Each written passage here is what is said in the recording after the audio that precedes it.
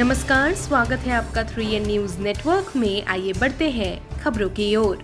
भारत में कोरोना संक्रमण की बेकाबू रफ्तार पर ब्रेक लगता दिखाई दे रहा है। देश में लगातार दूसरे दिन 1.75 लाख से कम नए केस सामने आए हैं। महाराष्ट्र, दिल्ली, उत्तर प्रदेश समेत कई राज्यों में नए कोरोना केसों में लगातार गिरावट आ रही है। वहीं इसी बीच राष्ट्रीय राजधानी दिल्ली समेत कई शहरों में लॉकडाउन से अनलॉक की तैयारी है। कोरोना वायरस से राहत मिलना शुरू हुई ही थी कि एक और आफत ने दस्तक दे दी है। वियतनाम में कोरोना वायरस महामारी का एक और खतरनाक वेरिएंट मिला है। वियतनाम में कोरोना के भारत और ब्रिटेन में पाए गए स्ट्रेन के संयुक्त रूप का पता चला है।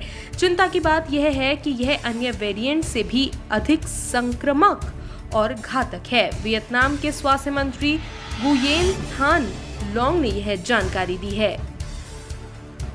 कोरोना वायरस के बाद देश ब्लैक फंगस के प्रकोप से जूझ रहा है। देश भर में ब्लैक फंगस से कई मरीज अपनी जान दे चुके हैं। देश के कई राज्यों में इसे महामारी भी घोषित कर दिया है। ब्लैक फंगस से लड़ने के लिए हमारे स्वास्थ्यकर्मी लगातार लगे हुए हैं। जब इस लड़ाई को और मजबूत बनाने के लिए अमेरिका में एम्फोटेरिसिन बी की 2 लाख डोज भारत आई है। इसे ब्लैक फंगस के इलाज में इस्तेमाल किया जाता है। बिहार में लॉकडाउन लगने के बाद कोरोना संक्रमण की स्थिति सुधरी है, लेकिन अब भी हालात उतने अच्छे नहीं हैं कि लॉकडाउन को हटाया जाए। इसे देखते हुए राज्य में अभी 1 सप्ताह तक लॉकडाउन जारी रह सकता है। इससे जुड़े सभी पहलुओं पर गहन समीक्षा करने के लिए शनिवार को मुख्य सचिव त्रिपुरारी शरण की अध्यक्षता में महत्वपूर्ण बैठक हुई। इसमें सभी विभागों के अपर मुख्य सचिव या प्रधान सचिव या सचिव के अलावा सभी जिलों के डीएम भी ऑनलाइन जुड़े हुए थे। कोरोना की अब तक की स्थिति और सभी मसलों पर विचार विमर्श के दौरान सभी अधिकारियों ने लॉकडाउन की समय सीमा कम से कम 1 सप्ताह तक बढ़ा देने की सलाह दी। कोरोना संक्रमण की वजह से बिहार में 5000 से अधिक लोगों को अपनी जान गंवानी पड़ी। इस त्रासदी में कई बच्चे ऐसे भी हैं जिन्होंने माता पिता दोनों को खो दिया।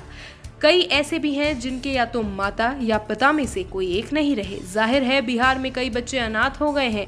इसी को देखते हुए बिहार सरकार ने बड़ा फैसला लिया है। सरकार के निर्णय के अनुसार वैसे बच्चे बच्चियां जिनके माता पिता दोनों की मौत हो गई है या फिर इनमें से किसी एक की मृत्यु कोरोना संक्रमण की वजह से हुई है, वैसे बच्चों को बिहार सरकार की योजना बाल सहायता योजना के अंतर्गत 18 साल के होने तक 1500 रुपए प्रति माह दिया जाएगा।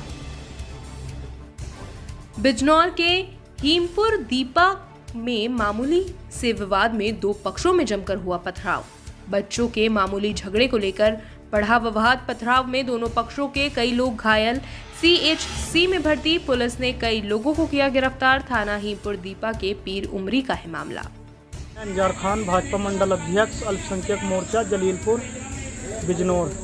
मैं कहीं बाहर गया हुआ था, चुनाव के उसमें जो जिला पंचायत अध्यक्षों के मेंबरों के पास में मैं गया हुआ था। मेरे भाइयों को मिलके जुल्फकार प्रधान के गुर्गों ने और खुद जुल्फकार ने मिलकर मेरे भाइयों को इतना मारा, मेरे घर में इतना पथराव बजाया है। मैं शासन प्रशासन से अपने परिवार की तरफ से मैं चाहता हूँ कि मदद कराई जाए।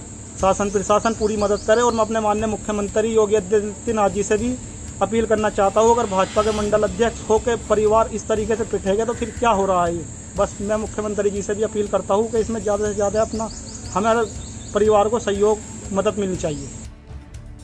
बिजनौर के चांदपुर में आज शुभकामना परिवार की ओर से कोविड-19 और सरकार की गाइडलाइन का पालन करते हुए पत्रकारिता दिवस मनाया गया, जिसमें वक्ताओं ने पत्रकारों की हौसला अफजाई कर निडर होकर क्षेत्र में घट रही घटना और समाज में फैल रही बुराइयों को अपने समाचार पत्रों और टीवी चैनल के माध्यम से उजागर करने और पीड़ितों की आवाज को उठाने की बात की। वक्ताओं ने कहा कि पत्रकार समाज का आईना है। समाज में हो रहे अन्याय को एक पत्रकार ही है जो सबके सामने लाता है। हसायन थाना क्षेत्र के गांव साकरपुर में मौसा मौसी के घर में मिले भाई बहन के शव। धारदार हथियार से गूदे मिले शव। दोनों की मौत से मचा हड़कंप। मृतक किशोरी नाबालिग है। सूचना पर पहुंची पुलिस मामले की जांच पड़ताल में जुटी है। वहीं शवों को कब्जे में लेकर पोस्टमार्टम के लिए भेजा। दिनांक 30 मई को दोपहर करीब 12 बजे थाना हसायन पुलिस को सूचना प्राप्त हुई कि थाना क्षेत्र हसायन के ग्राम साकरपुर में एक घर में एक राजा नाम के युवक द्वारा, जिसकी उम्र 20 साल है, एक 14 साल की किशोरी की चाकू मारकर हत्या कर दी है। इसके उपरांत उस युवक द्वारा खुद के पेट में भी चाकू मार लिया गया है, जिससे वो गंभीर रूप से घायल हो गया। इस सूचना पर तत्काल क्षेत्राधिकारी सिकंदरा राव तथा थाना प्रभारी हसैन द्वारा मौके पर पहुंच के जांच की गई। जो गंभीर रूप से घायल लड़का था उसको तत्काल उपचार हेतु जिला अस्पताल भिजवाया गया, जहां डॉक्टरों ने उसे मृत घोषित कर दिया। इस सूचना पे फॉरेंसिक टीम को भी मौके पे बुलाया गया, जिनके द्वारा घटनास्थल का निरीक्षण किया गया तथा मौके से ही घायल युवक के पास पड़ा हुआ एक खून से सना हुआ चाकू भी बरामद हुआ है, जिसको पुलिस द्वारा कब्जे में लिया गया है। स्वयं मेरे द्वारा भी घटनास्थल का निरीक्षण किया गया है एवं ग्रामीणों से इस संबंध में बात की गई है, जिनके द्वारा भी इसी घटनाक्रम को तस्दीक किया गया है। इस संबंध में परिजनों की लिखित तहरीर प्राप्त की जा रही है तथा पुलिस द्वारा आवश्यक वैधानिक कार्रवाई की जा रही है। प्रधानमंत्री नरेंद्र मोदी के नेतृत्व में केंद्र सरकार के 7 साल पूरे होने पर रविवार को बहरोड में अलवर सांसद महंत बालक नाथ के सानिध्य में भाजपा कार्यकर्ताओं ने सेवा संगठन कार्यक्रम का आयोजन किया।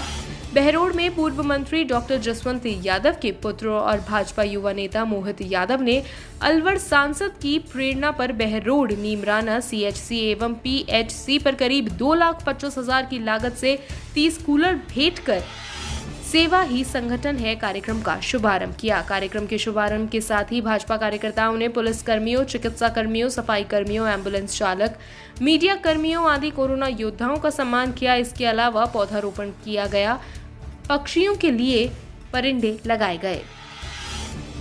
मोदी सरकार के सफलतम 7 वर्ष पूर्ण होने पर डूंगरपुर जिले के बेणेश्वर मंडल कार्यकर्ताओं ने सभी ग्राम पंचायतों में अलग अलग प्रोग्राम किए। ग्राम पंचायत झरियाना के गोठड़ा गांव व ग्राम पंचायत बोडीगामा बाड़ा के कार्यकर्ताओं ने आयुर्वेदिक काढ़ा बनाकर वितरण किया। ग्राम पंचायत माल में पक्षियों को चुग्गा खिलाया गया।